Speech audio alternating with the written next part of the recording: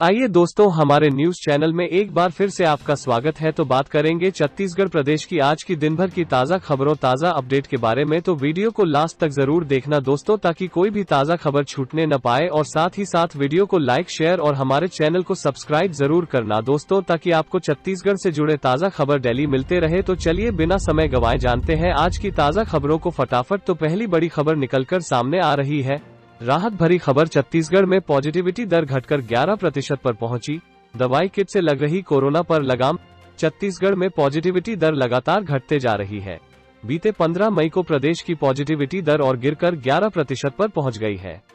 15 मई को प्रदेश भर में जांचे गए 70,239 सैंपलों में से 7,664 सैंपल पॉजिटिव पाए गए। 14 मई को प्रदेश की पॉजिटिविटी दर 12% और 13 मई को 14% थी। मिली जानकारी के अनुसार प्रदेश में 15 मई को 11,475 मरीज कोरोना से स्वस्थ हुए हैं। इनमें से 11,088 मरीजों ने होम आइसोलेशन में उपचार कराकर कोरोना को मात दी है। कोविड अस्पतालों और कोविड केयर सेंटर्स में इलाज के बाद स्वस्थ हुए 387 मरीजों को डिस्चार्ज किया है। वहीं प्रदेश में कोरोना संक्रमण पर नियंत्रण और रोकथाम के लिए 13,78,045 संदिग्ध मरीजों को स्वास्थ्य विभाग द्वारा दवाइयों की किट वितरित की गई है।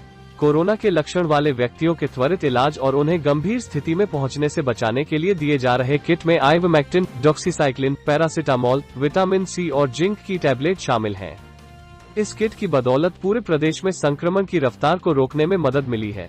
अगली बड़ी खबर है, सीजी के 26 जिलों में बड़ा लॉकडाउन। सुकमा और बीजापुर में 1 जून तो कवर्धा, दंतेवाड़ा, महासमुंद में 31 मई तक सब बंद। दुकानें खुलेंगी लेकिन पान, सिगरेट, चाट, समोसा रहेगा बैन। छत्तीसगढ़ में कोरोना संक्रमण के मामले कम जरूर हो रहे हैं, लेकिन स्थिति को देखते हुए सरकार और प्रशासन कोई जोखिम नहीं उठाना चाहता है। ऐसे में प्रदेश के 28 में से 26 जिलों में लॉकडाउन बढ़ा दिया गया है। कवर्धा सहित 5 अन्य जिलों में कुछ छूट और प्रतिबंधों के साथ रविवार को लॉकडाउन बढ़ाने की घोषणा की है। सुकमा और बीजापुर में जहां 1 जून तक रहेगा, वहीं कवर्धा, दंतेवाड़ा, महासमुंद में 31 मई तक के लिए बढ़ाया गया है। नेक्स्ट अपडेट है, सुचारू रूप से काम कर रहा है सीजी टीका। कुछ समय के लिए उत्पन्न तकनीकी अवरोध दूर हुआ। रायपुर कोरोना से बचाव के लिए राज्य के 18 से 44 आयु के सभी वर्ग के लोगों के लिए सुविधाजनक तरीके से टीका लगवाने की व्यवस्था सुनिश्चित करने हेतु शुरू किए गए सीजी टीका वेब पोर्टल में रविवार दिनांक 16 मई 2021 को अनुमान से अधिक लोगों के ऑनलाइन पंजीयन करने से कुछ समय के लिए तकनीकी समस्या उत्पन्न हो गई, जिसे ठीक कर लिया गया है। तकनीकी समस्या के चलते आम नागरिकों को टीकाकरण में होने वाली परेशानियों से बचाने के लिए पोर्टल की 24/7 तर्ज में निरंतर निगरानी की जा रही है। सवर हेतु पर्याप्त मानव संसाधन की व्यवस्था की गई है। फलस्वरूप अब यह पोर्टल सही ढंग से कार्य कर रहा है। साथ ही अगला ब्रेकिंग न्यूज है, मानसून की बात। छत्तीसगढ़ में 10 जून तक पहुंच जाएंगे मानसूनी बादल, लेकिन अभी की बरसात ने किसानों का खर्च बढ़ाया। कोरोना काल की दिक्कतों के बीच मौसम विभाग ने किसानों को एक राहत भरी खबर दी है। बताया गया कि इस बार मानसून 10 जून को छत्तीसगढ़ पहुंच जाएगा। अगर सब सामान्य रहा तो मानसूनी बादल 21 जून तक पूरे प्रदेश को ढक चुके होंगे। मानसून के समय से आने से खेती संबंधी कामों में तेजी आएगी। रायपुर मौसम विज्ञान केंद्र के विज्ञानी HP चंद्रा ने बताया, सामान्य तौर पर 1 जून को केरल के तट पर मानसून पहुंच जाता है। भारत मौसम विभाग ने इस बार इसे 1 दिन पहले यानी 31 मई तक केरल तट से टकराने की संभावना जताई है। अगर परिस्थितियां सामान्य रहीं तो मानसून के बादल 10 जून को जगदलपुर पहुंच जाएंगे। 15 जून तक यह रायपुर के ऊपर होंगे और 21 जून तक अंबिकापुर पहुंचने की संभावना है।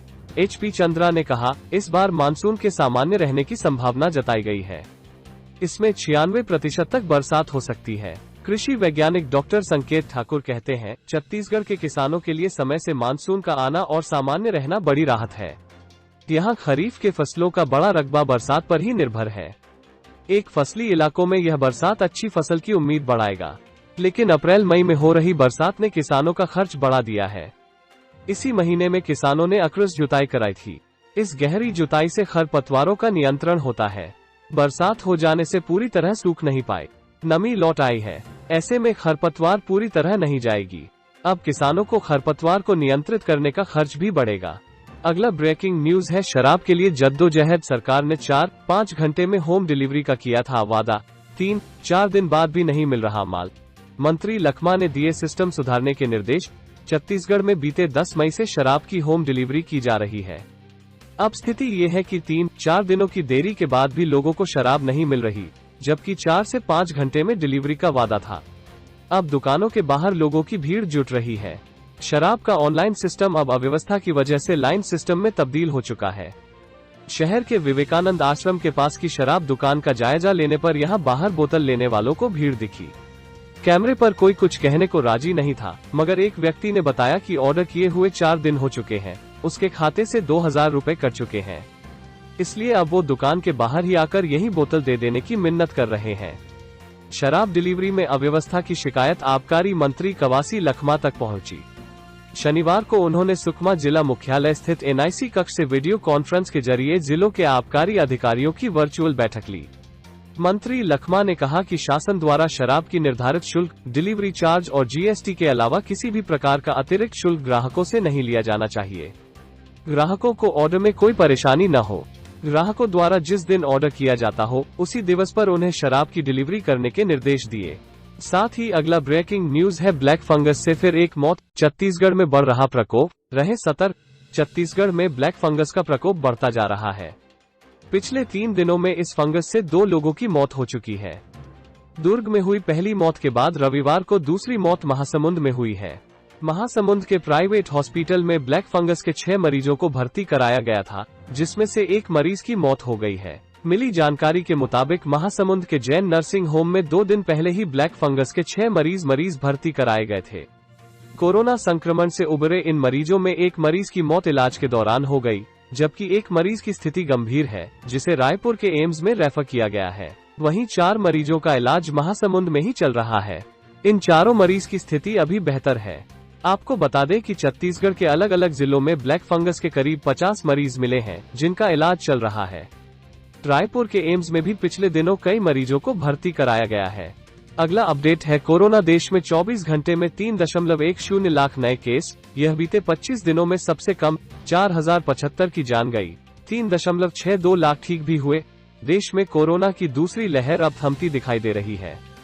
बीते दिन देश में 3,10,580 लोगों में कोरोना की पुष्टि हुई।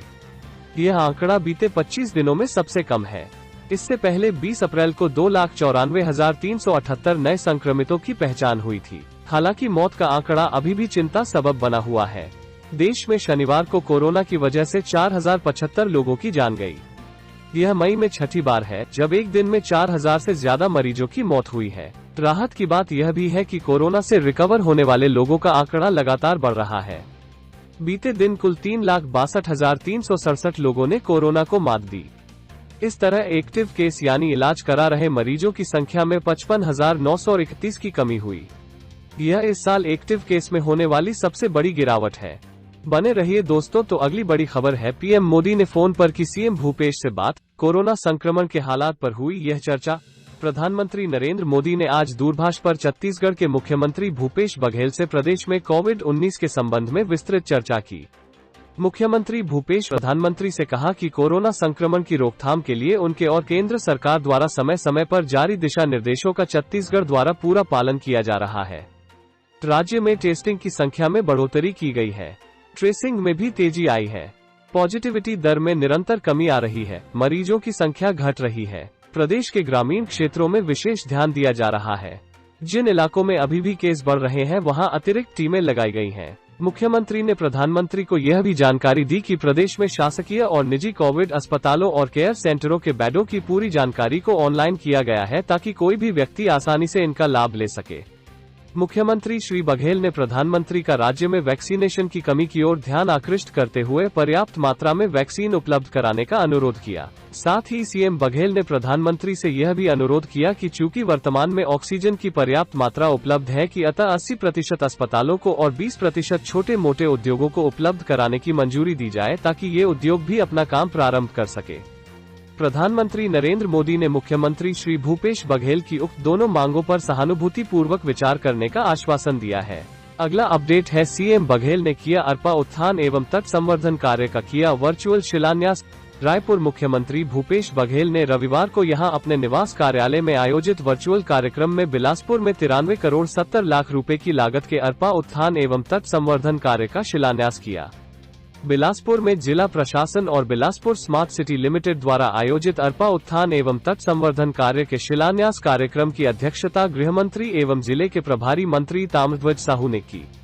विशिष्ट अतिथि के तौर पर नगरीय प्रशासन एवं विकास विभाग के मंत्री डा शिव कुमार दहरिया वर्चुअल रूप से जुड़े।